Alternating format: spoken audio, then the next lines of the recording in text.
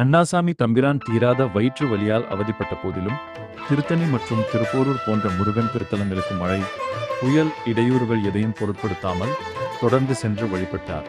ஒரு நாள் அவரது கனவில் ஒரு பெரியவர் தோன்றி, உன் வீட்டிலேயே முருகன் குடியிருக்கும் போது ஏன் தூரம் சென்று தேடுகிறார்? வீட்டிலேயே வழிபடு என்று அருளுரை வழங்கினார்.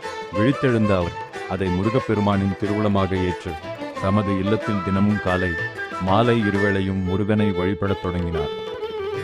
அதன்பின் திருத்தணியில் பழனி சாது கூறியபடி முருகனுக்கு பாவாடம், நாக்கை அறுத்து காணிக்கையாகச் செலுத்திய பின்னர் பல ஆண்டுகளாக இருந்த வயிற்று வலி முற்றிலும் நீங்கியது. இந்த அதிசய அனுபவத்திற்கு பிறகு பழனி மலையை தரிசிக்கச் சென்றார். அங்கு ஒரு கடையில் பழனி ஆண்டவரின் அழகிய திருவுருவப் படம் அவரது மனதை ஈர்த்தது. அந்த படத்தை தெய்வீக அருளின் அடையாளமாக எண்ணி சென்னைக்கு கொண்டு வந்து தமது குறிமேடையில் வைத்து வழிபடத் தொடங்கினார். இதுவே வடபழனி ஆண்டவர் திருத்தலத்தின் முதல் வடிவமாக அமைந்தது.